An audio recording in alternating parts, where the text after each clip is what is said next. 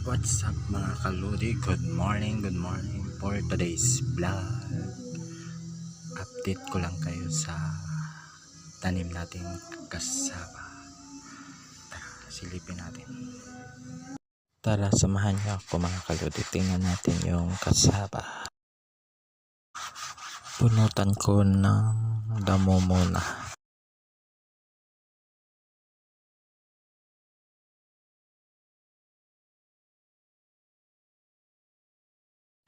Medyo tumubo na naman yung damo kasi.